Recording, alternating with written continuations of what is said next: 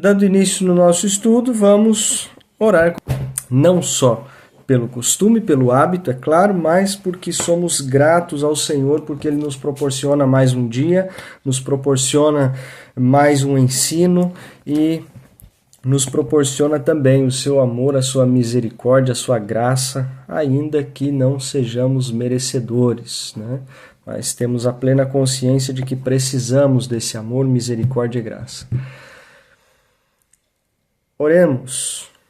A palavra do Senhor diz assim: Aleluia! Louvem a Deus no seu santuário, louvem-no em seu magnífico firmamento, louvem-no pelos seus feitos poderosos, louvem-no segundo a imensidão de sua grandeza, louvem-no ao som de trombeta, louvem-no com a lira e a harpa, louvem-no com tamborins e danças, louvem-no com instrumentos de cordas e com flautas, louvem-no com símbolos sonoros, louvem-no com símbolos ressonantes.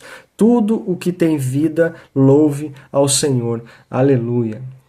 Este foi o nosso Salmo 150, a oração ao Senhor que fizemos. E claro que a sua palavra sempre é suficiente, mas eu deixo aqui também a minha oração de agradecimento e súplica ao Senhor. Em nome de Jesus, Pai, te pedimos nesse momento, Senhor, que o Teu Espírito Santo esteja em nosso meio, Pai. Te pedimos, Senhor, que a Tua presença invada, Senhor, cada coração, cada lar aqui representado, Papai.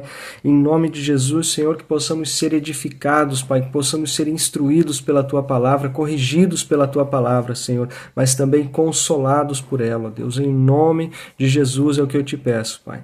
Que as nossas limitações, os nossos erros e falhas, Pai, não venham se interpor entre nós e o Senhor, ó Pai, que o Senhor possa nos alcançar nesta noite, possa tocar os nossos corações, e assim eu oro por todos os irmãos que estão aqui presentes, que eles possam estar sensíveis, Pai, a Tua voz, que eles possam estar abertos, Pai, a ouvir a Tua palavra, Senhor.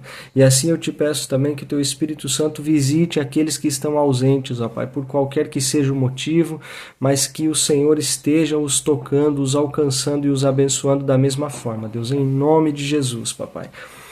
Que eu venha diminuir, Senhor, para que o Senhor cresça e a Tua palavra seja a prioridade no nosso meio, Paizinho querido, em nome de Jesus é o que eu te peço e te agradeço, Senhor.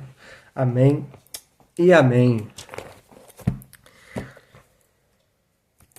E bom, vamos lá então, dando continuidade aos nossos estudos, às nossas cartas. E hoje vamos iniciar uma carta um tanto especial, não mais e nem menos do que as outras que já ouvimos, mas os ensinos de Paulo a Timóteo, né?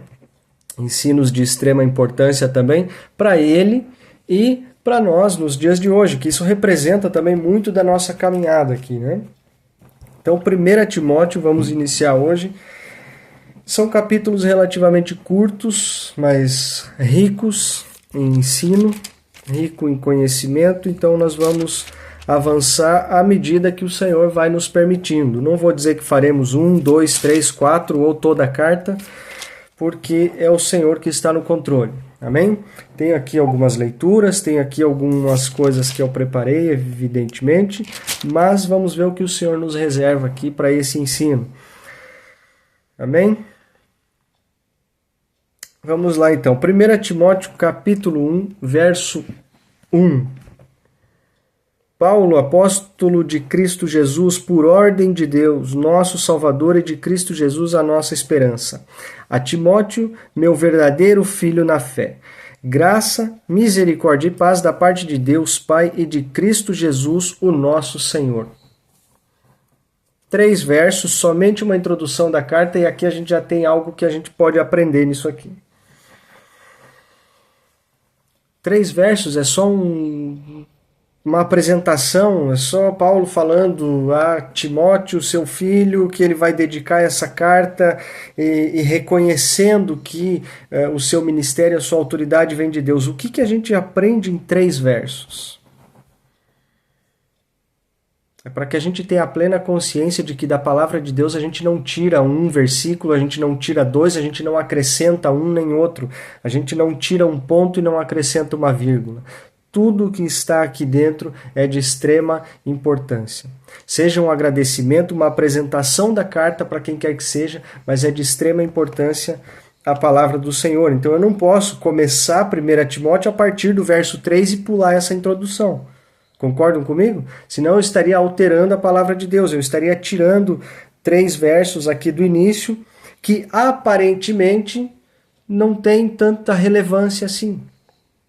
Mas tem, são importantes. E eu vou dizer por quê. O verso 2 diz assim, né, depois do reconhecimento de Paulo, a grandeza do Senhor Jesus Cristo, dizendo que ele é apóstolo autorizado por Deus, ele diz assim, que a carta é dedicada a Timóteo, meu verdadeiro filho na fé.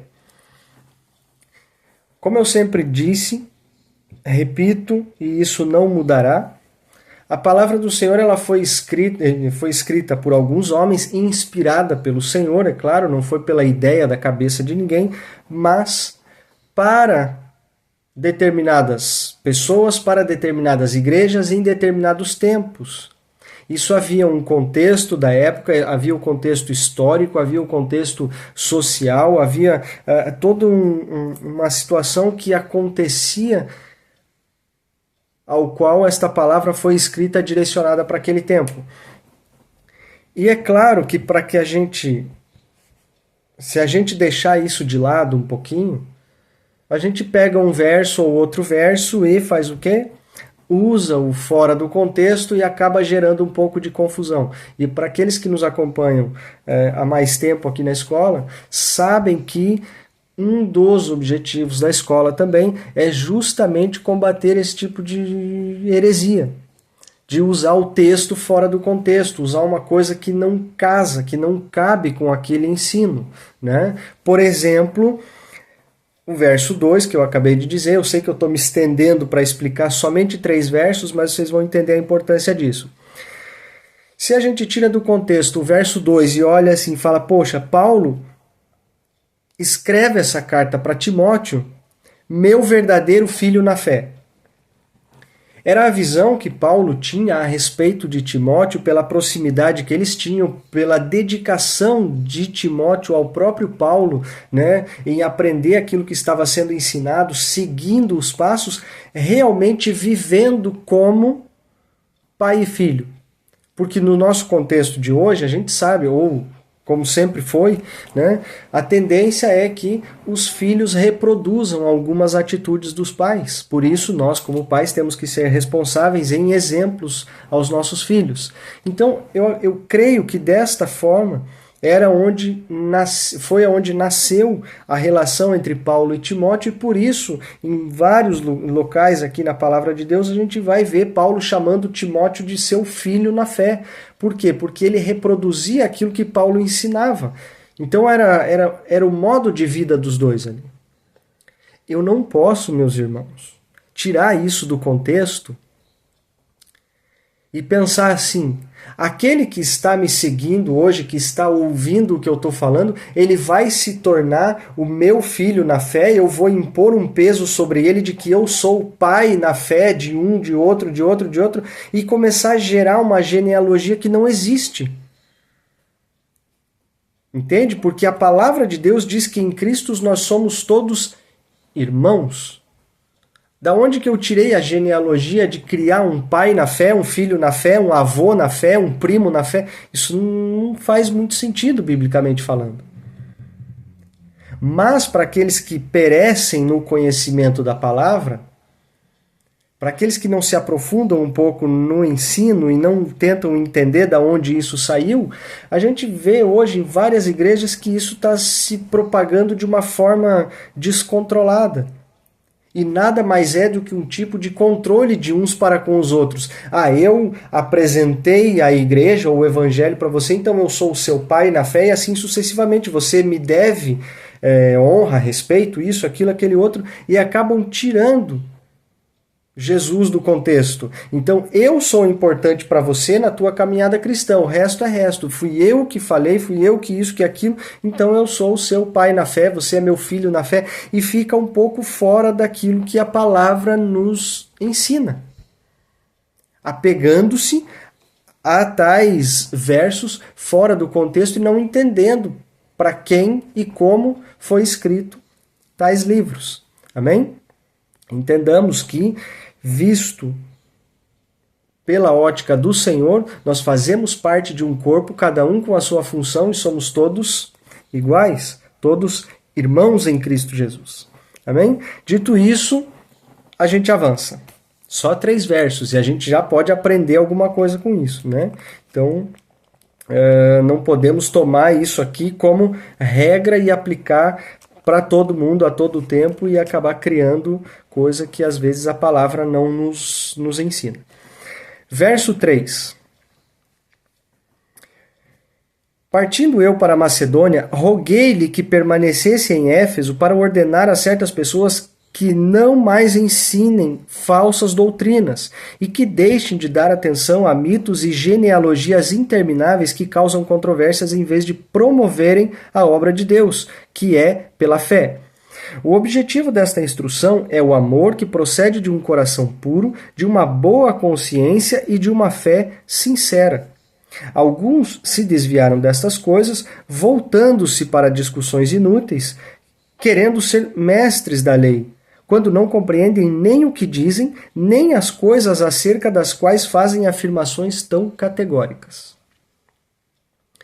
Então Paulo está dizendo assim para Timóteo, olha, eu estou aqui indo em viagem, eu estou continuando a minha missão, mas eu te comissiono, eu te autorizo, eu te peço para que você permaneça aqui em Éfeso, que você ordene tais pessoas que parem de fazer isso, aquilo e aquele outro. Né? E é esse tipo de ensino, é esse tipo de pessoa que a gente está tentando resgatar. Porque senão, se a gente se omite, se a gente se acovarda e fica no nosso cantinho aqui quietinho dizendo assim, deixa falarem o que quiserem aí fora, o evangelho vira o que está virando hoje. Ou a tentativa de propagar o evangelho vira o que está virando hoje. Afastando-se dos ensinos, das boas palavras e ensinando aquilo que comove muita gente. Então Paulo, falando para Timóteo, ele diz, olha, falem para tais pessoas, falem para esses falsos mestres da lei, que parem com esse tipo de coisa. Que não deem atenção a mitos e genealogias intermináveis que causam controvérsias e tal. Quer dizer, para de voltar para a discussão que não faz o menor sentido e vamos voltar para o arrependimento? Vamos voltar para o amor uns pelos outros?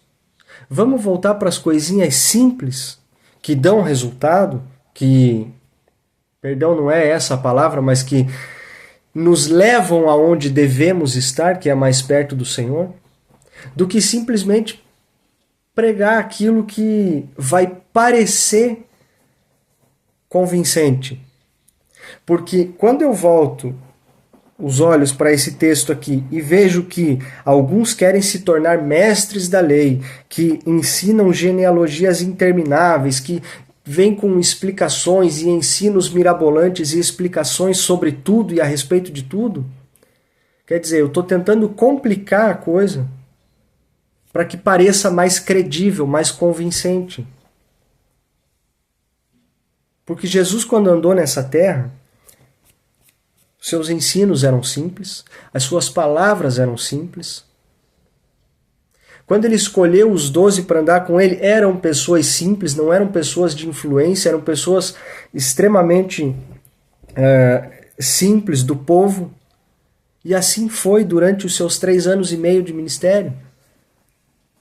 Então por que aqui, nesse período, começam a aparecer pessoas que querem complicar as coisas?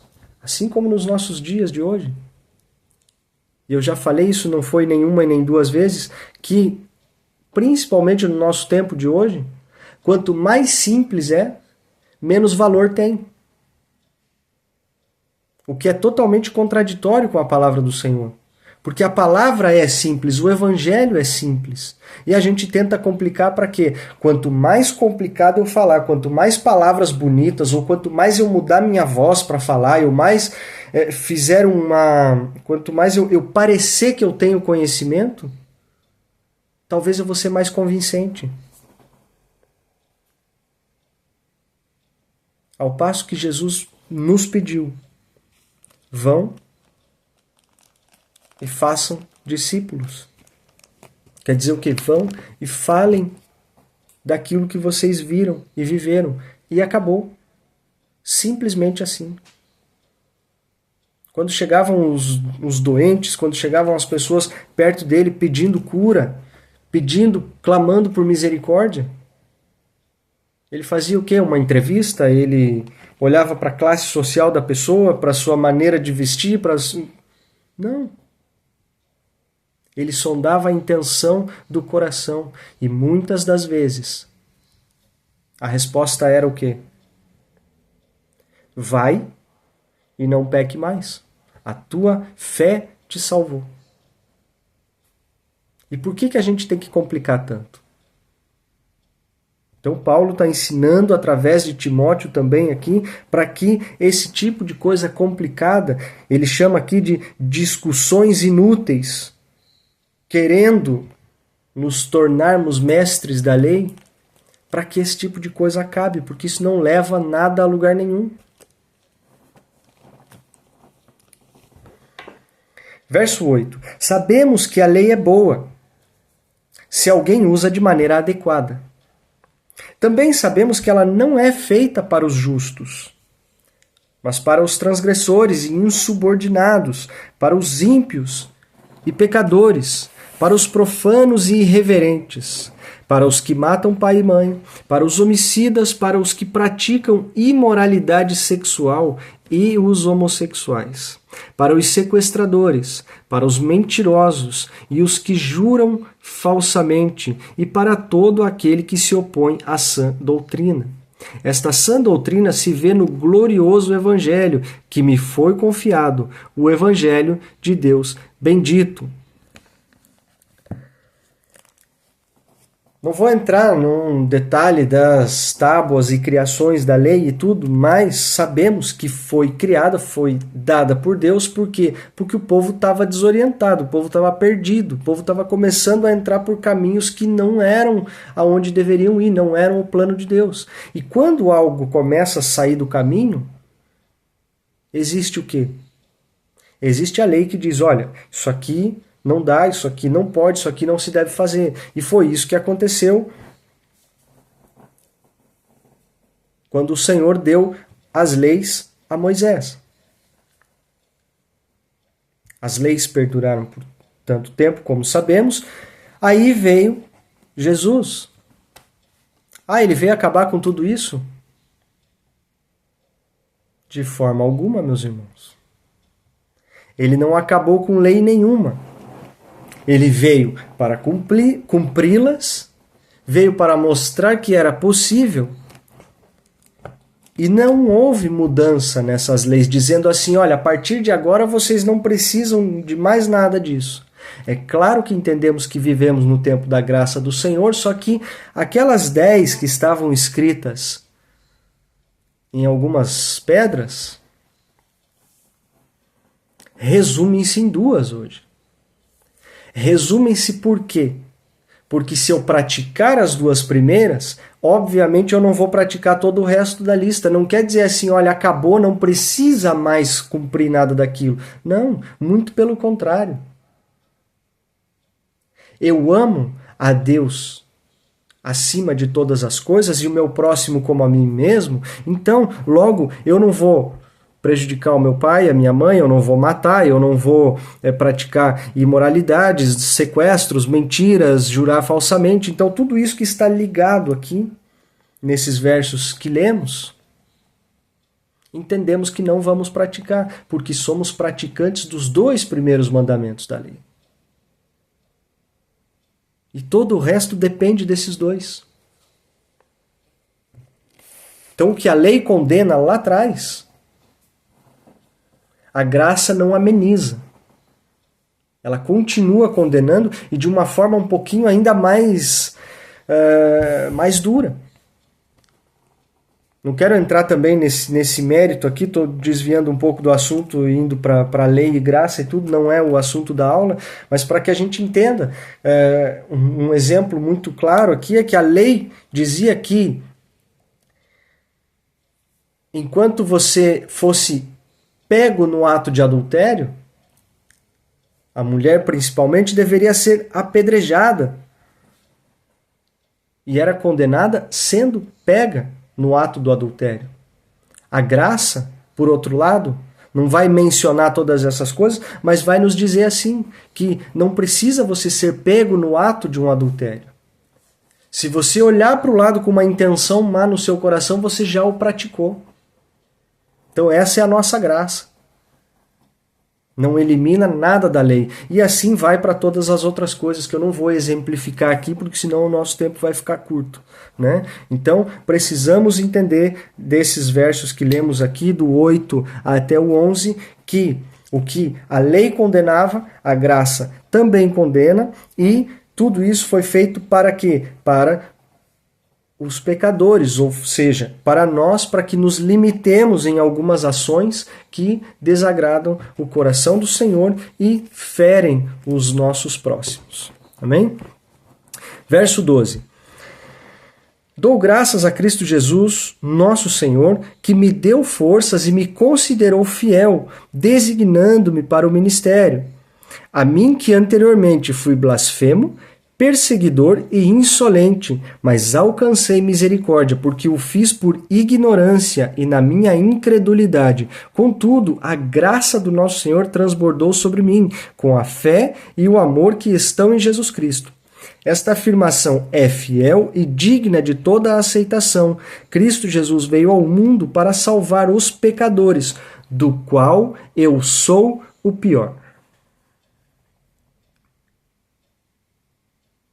Final do verso 15, do qual eu sou o pior. Paulo falando isso.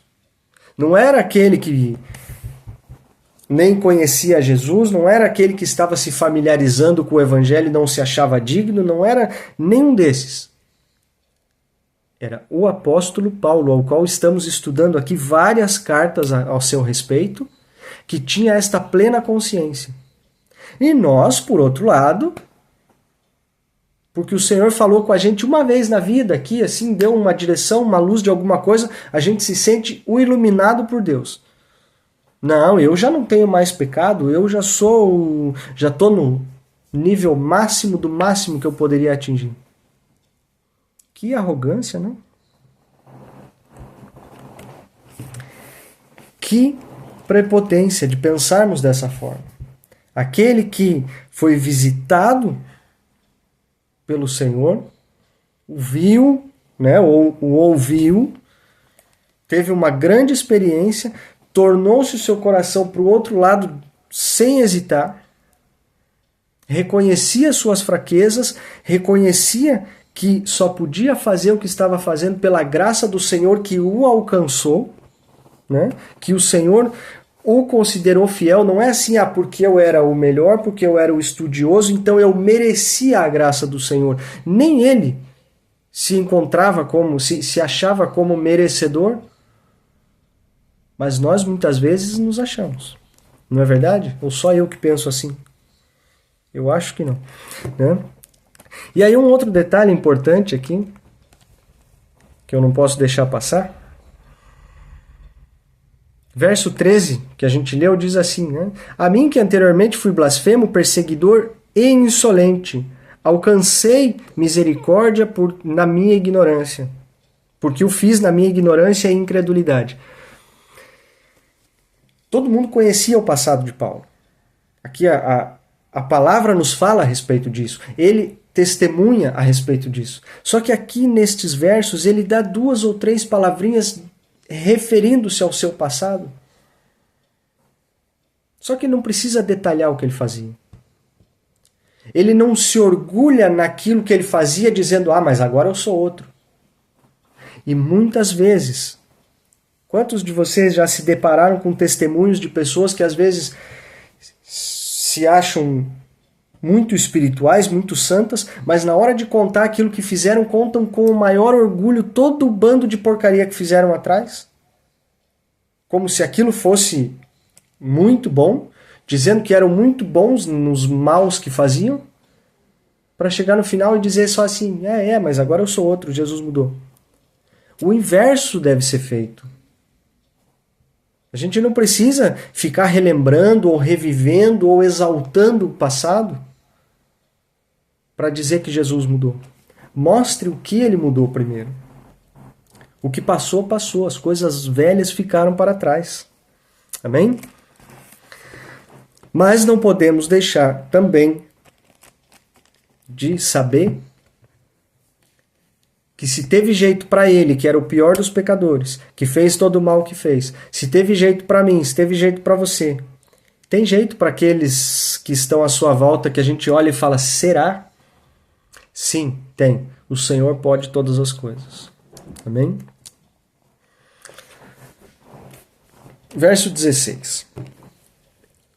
Mas por isso mesmo alcancei misericórdia, para que em mim, o pior dos pecadores, Cristo Jesus demonstrasse toda a grandeza da sua paciência, usando-me como um exemplo para aqueles que nele haveriam de crer para a vida eterna. Ao Rei eterno, o Deus único, imortal e invisível, sejam a honra, a glória para todo sempre. Amém. Então, sabendo que cada uma das nossas dificuldades e daqueles que nos rodeiam, hoje pode parecer absurdo, mas sim pode servir de exemplo para aqueles que estão nos olhando. Acabei de falar sobre isso e não vou usar o meu passado como referência, mas é sim um grande exemplo das pessoas que me conheceram lá atrás de poder olhar para mim hoje e dizer assim, poxa, se Deus fez com você, tem alguma coisa aí. Dá para fazer com o outro também. Sabe? Então é isso que precisamos também ter a consciência de que para o Senhor nada é impossível. E Ele pode usar o maior dos defeitos para servir como exemplo para aqueles que não creem.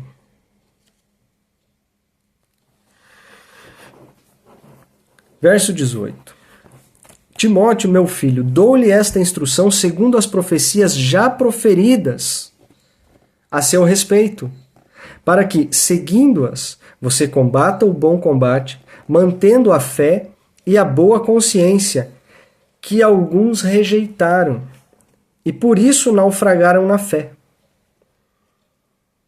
Entre eles estão Himeneu e Alexandre, os quais entreguei a Satanás, para que aprendam a não blasfemar.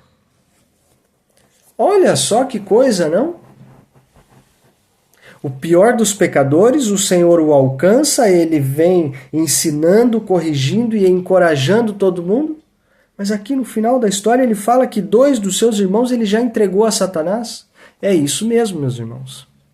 Somos cristãos, irmãos em Cristo, filhos do Senhor Altíssimo. Isso não faz de nós, com perdão da expressão, isso não faz de nós trouxas. Isso não faz de nós capachos.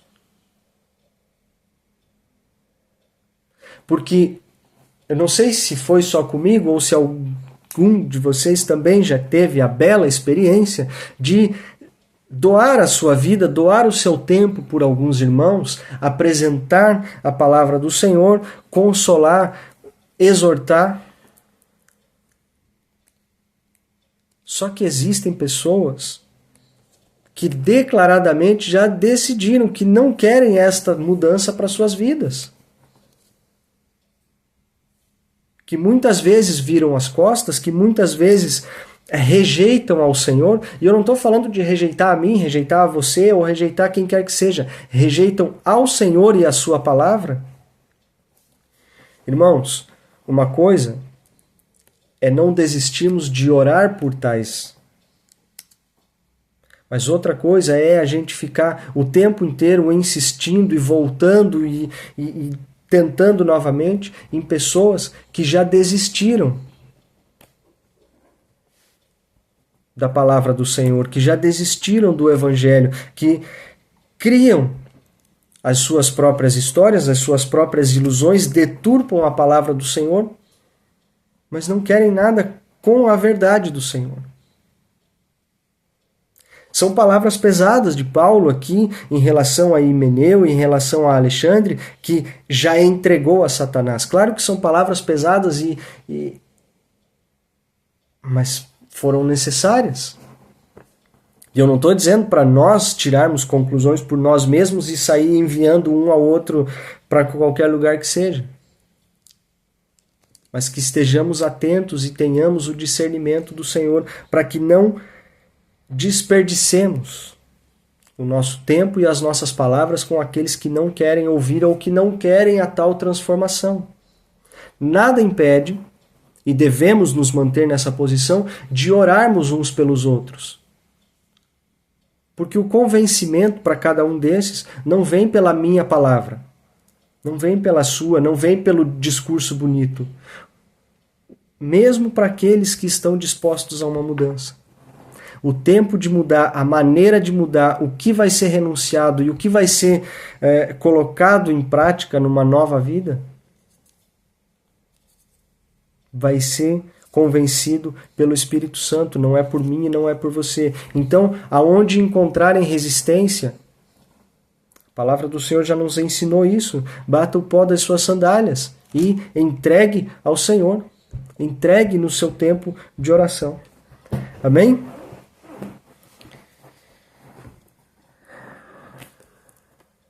Capítulo 2, para que possamos continuar. Instruções acerca da adoração é o que divide aqui a minha Bíblia. Não sei se a de vocês vai ter esse subtítulo também. E volto a reforçar o aviso do início desta aula. Carta escrita para um determinado povo, um determinado tempo, um determinado contexto. A gente não pode fazer de tudo uma via de regra. Vocês vão entender o que eu estou querendo dizer quando a gente chegar no final do capítulo, tá? Eu estou em menor número aqui, né? É só o Rui de homem que está me acompanhando, então eu tenho que ter cuidado com as minhas palavras também, porque estão aí numa grande maioria em mulheres e vocês vão entender quando eu chegar no final do capítulo. Antes de tudo, verso 1 do capítulo 2. Recomendo que se façam súplicas, orações, intercessões e ações de graças por todos os homens, pelos reis e por todos os que exercem autoridade, para que tenhamos uma vida tranquila e pacífica, com toda a piedade e dignidade. Isso é bom e agradável perante Deus, nosso Salvador, e que deseja que todos os homens sejam salvos e cheguem ao conhecimento da verdade. Eu vi passar esse verso em algum lugar hoje, vocês viram também aí? Eu estou participando de um grupo aí de oração que de vez em quando passam uns versos ali. Né? Foram os versos compartilhados hoje no grupo ali, encorajando a oração uns pelos outros, mas também que oremos pelos que exercem autoridade, que oremos pelos nossos governantes, que oremos pelas nossas nações. Para quê? Para que tenhamos uma vida tranquila e pacífica, entendendo que tudo depende das nossas orações. Né? Dizendo também que isso é bom e agradável perante o Senhor. Mas o que me chama a atenção é o verso 4, aqui que a gente acabou de ler, que faz menção também a um exemplo que eu usei na aula passada, onde eu dizia que o Senhor não quer que ninguém se perca, mas Ele quer que todos se arrependam, né? Que é o desejo do seu coração. E o verso 4 aqui vai dizer a mesma coisa, né? Que deseja que todos os homens sejam salvos e cheguem ao conhecimento da verdade. Este, porém, é o desejo do coração do Senhor. Só que o desejo do seu coração não é uma ordem para todos. É uma vontade do Senhor. Porque Ele não vai nos obrigar a aceitá-lo de forma alguma. Ele nos dá a sua palavra, Ele nos dá o Espírito Santo, Ele nos dá o conhecimento, mas a decisão ainda assim é nossa. E podemos decidir a não crer, a não aceitar essa verdade. Podemos decidir não nos arrependermos. Claro que para cada decisão terá uma consequência, mas precisamos saber que o desejo do coração do Senhor é que todos cheguem ao conhecimento da verdade e sejam salvos. Qual verdade? Palavra dele. Somente através da sua palavra alcançaremos a verdade. Não temos uma interpretação à parte, uma interpretação que passa do lado da Bíblia e diz assim, não, esta interpretação é a verdade, a Bíblia é um complemento. Não, isso não existe. É a palavra do Senhor que é a verdade que nos levará ao pleno conhecimento e estarmos com Ele. E podemos confirmar isso a partir do verso 5. Pois há um só Deus e um só mediador entre Deus e os homens, o homem Cristo Jesus, o qual se entregou a si mesmo como resgate por todos. Esse foi o testemunho dado em seu próprio tempo. Não há outro caminho, não há outro mediador, não é pedágio para o céu, venham até mim e eu vou trazer a palavra do Senhor para vocês, porque Ele fala comigo e eu falo com vocês. Isso não existe, da minha parte e de quem quer que seja. Ah, mas a igreja do fulano de tal, o pastor do XYZ tem revelação e fala isso e faz aquilo, faz aquele outro. Cuidado. Há um só Deus e um só mediador entre Deus e os homens, o homem Cristo Jesus. O Senhor nos designou alguns para pastores, mestres, apóstolos, profetas. Ele usa a cada um como lhe apraz, mas isso depende da sua vontade. Não sou eu que digo, Deus fala comigo e eu falo com você. Eu não posso dizer o que Deus faz ou o que Deus não faz. Se Ele encontrar em mim alguma fidelidade, se pela sua vontade e pela sua misericórdia Ele derramar graça sobre mim e me usar para falar algo, amém. Mas eu não posso cobrar isso dele, muito menos fazer vocês acreditarem nisso. Porque aqui o Senhor fala comigo e eu transmito direto para vocês. Então eu fecho o olho, eu falo diferente e ainda digo, eis que o Senhor te diz isso, aquilo, aquele outro. É muito perigoso isso, meus irmãos. É muito perigoso. Né?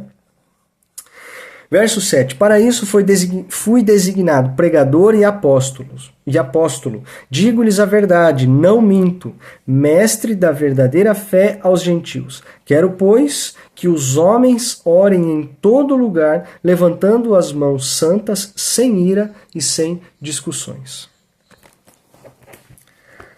Verso 9. Da mesma forma, quero que as mulheres se vistam modestamente, com decência e discrição, não se adornando com tranças e com ouro, nem com pérolas ou com roupas caras, mas com boas obras, como convém a mulheres que declaram adorar a Deus. A mulher deve aprender em silêncio com toda a sujeição. Não permito que a mulher ensine, nem que tenha autoridade sobre o homem.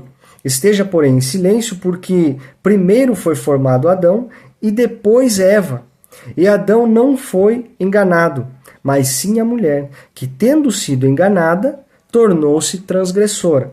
Entretanto, a mulher será salva dando à luz filhos, se elas permanecerem na fé, no amor e na santidade com bom senso. Não posso pegar esses versos aqui em via de regra e dizer que hoje as mulheres não têm direito de falar, têm que aprender quietinhas e se submeter a tudo aquilo que os homens fizerem, ou os seus maridos. Não podemos fazer disso uma regra. Primeiro, porque tem muito homem, muito marido que deveria ser o líder, o cabeça e estar dando uma direção para sua casa, já não está fazendo. Muitas casas. É a mulher que tem sustentado na fé, na oração, na perseverança. E aí como a gente vai restringir esse ministério imputando essa responsabilidade ao homem se ele não está fazendo? Tenhamos bom senso.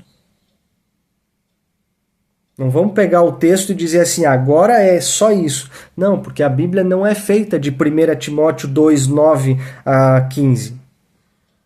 Ela é feita de Gênesis a Apocalipse. E este texto, esta carta, foi escrito para um povo, para um tempo, para um contexto que certamente haviam problemas a serem corrigidos. Talvez hoje, se fôssemos reescrever cartas a algumas igrejas, baseado na palavra de Deus, as correções seriam outras completamente diferentes, para tempos, culturas e povos diferentes, e sem medo de errar. Pegando essa carta como exemplo, esse trecho aqui poderia estar sendo escrito assim: e vocês, homens, fiquem quietinhos aí e aprendam, porque as mulheres têm muito a ensinar, porque elas estão levando muito mais coisa a sério do que vocês deveriam estar fazendo. Então a gente não pode pegar um texto e entender que tem que ser aplicado a todo tempo, a todo momento, somente isso, sem entender o contexto. Amém? Sei que muitos utilizam, sei que muitas tradições e congregações ainda usam alguns textos e trazem alguns costumes que não fazem o menor sentido para a salvação. E é por isso que precisamos ler e entender, estudar e praticar a palavra do Senhor. Capítulo 3, para que a gente possa finalizar essa parte aqui de hoje.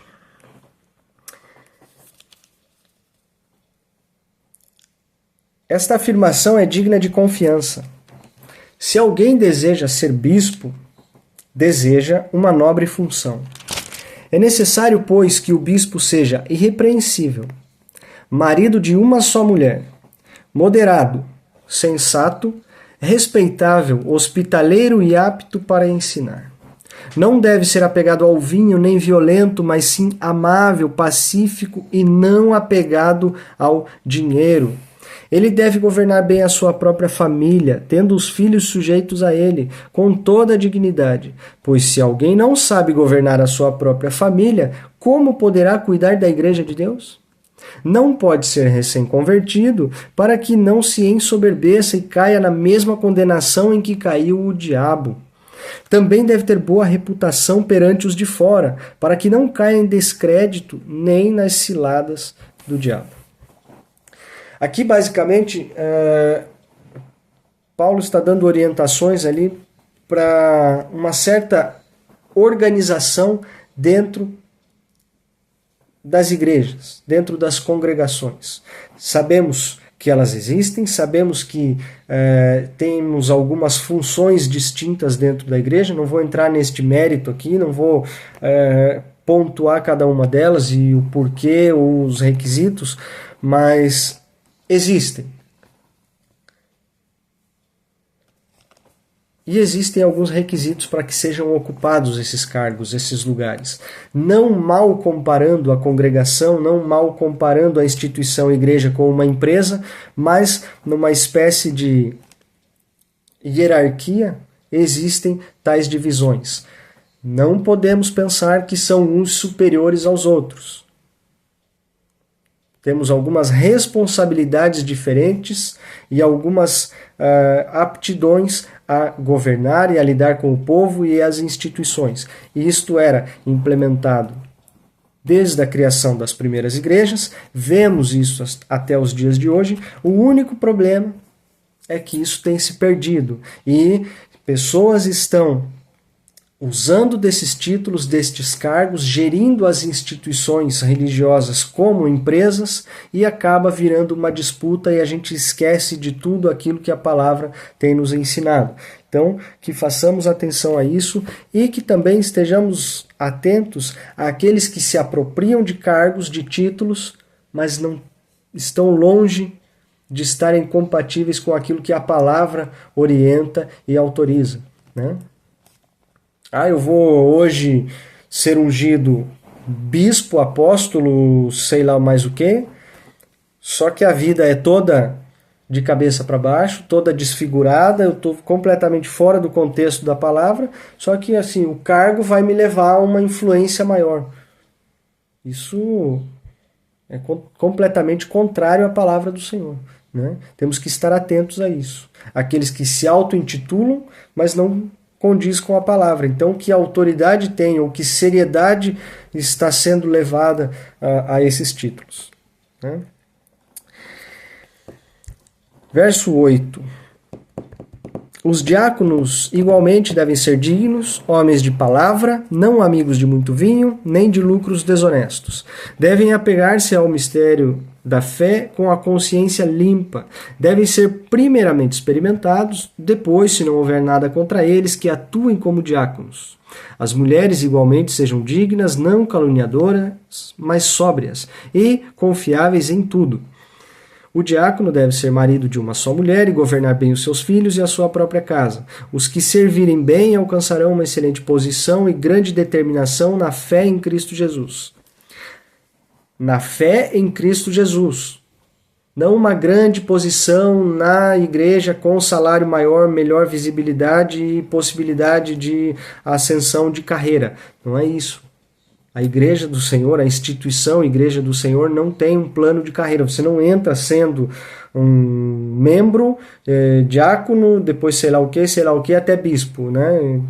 Não podemos ver e nem permitir que a igreja seja vista dessa forma, né?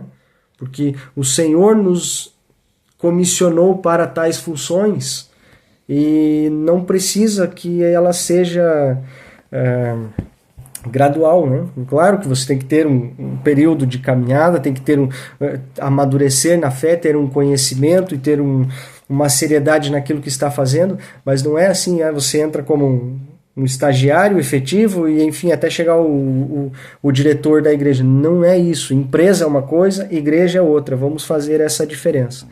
Amém? Verso 14. Escrevo-lhes estas coisas, embora espere ir vê-lo em breve, mas se eu demorar, saiba como as pessoas devem se comportar na casa de Deus, que é a igreja do Deus vivo, coluna e fundamento da verdade. Não há dúvida de que é grande o mistério da piedade. Deus foi manifestado em corpo, justificado no Espírito, visto pelos anjos, pregado entre as nações, crido no mundo e recebido na glória. Amém? Então, a palavra nos orienta, nos ensina que precisamos, que é bom que os irmãos estejam em comunhão, que estejamos congregando em unidade no corpo de Cristo. A instituição da igreja foi feita para isso, para que estejamos reunidos, orando, aprendendo a palavra, louvando ao Senhor a todo tempo. Só que não podemos esquecer que a orientação de Jesus para nós, os seus ensinos, o seu pedido para os seus discípulos e para nós, não foi vão e construam prédios e chamem de igreja. Foi vão e sejam a igreja. Façam discípulos. Como sejam a igreja? Mateus 16:18 diz isso. Pedro, é sobre esta pedra que eu edificarei a minha igreja. Exemplificando que a igreja seria edificada em cada um de nós. Talvez com as mesmas características de Pedro, talvez com a mesma retidão com o que ele levava, com a mesma forma com que ele via. Mas cada um de nós temos a função de ser a igreja do Senhor. O templo, as quatro paredes, é um local de reunião, de congregação, é um lugar para que a comunidade possa se reunir, a comunidade cristã possa se reunir e louvar ali o Senhor em unidade. Mas a gente não pode depositar a nossa fé naquele prédio, porque muito em breve aquilo não vai mais existir. E nós devemos permanecer sendo a igreja do Senhor.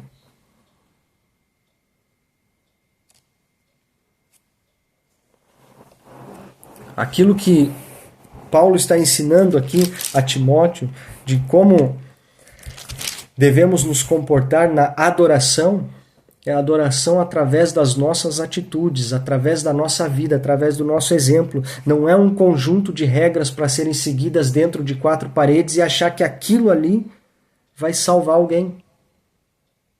Se a gente sai dali e não pratica nada do que aprendeu, não pratica nada do que leu e não continua as boas práticas, dos bons ensinos, de nada serve. Com todo o amor, com todo o respeito aos irmãos que têm as suas congregações locais, que fazem parte de grupos locais, é muito válido e necessário. Precisamos estar entre os irmãos nas congregações, mas não podemos depositar a nossa fé nesse ambiente. Precisamos depositar a nossa fé no Senhor Jesus, no Espírito Santo, e que façamos desses ensinos uma prática para as nossas vidas. Porque não é o conjunto de regras, ou eu cumpro isso, eu cumpro aquilo, eu tenho título, isso, aquilo, que vai me salvar e que vai me levar a algum lugar. Amém? Que esses ensinos fiquem gravados no nosso coração e a gente continua a carta a Timóteo na próxima aula. Amém? E finalizaremos então a primeira carta. Como de costume, agora é com vocês. Eu deixo um tempo livre para que possamos compartilhar um pouco daquilo que aprendemos, testemunhos daquilo que vivemos quando colocamos em prática o que ouvimos do Senhor. Amém? Que assim possamos edificar uns aos outros. Que esse tempo agora sirva para isso e para que possamos orar também uns pelos outros. Amém? Sejam livres.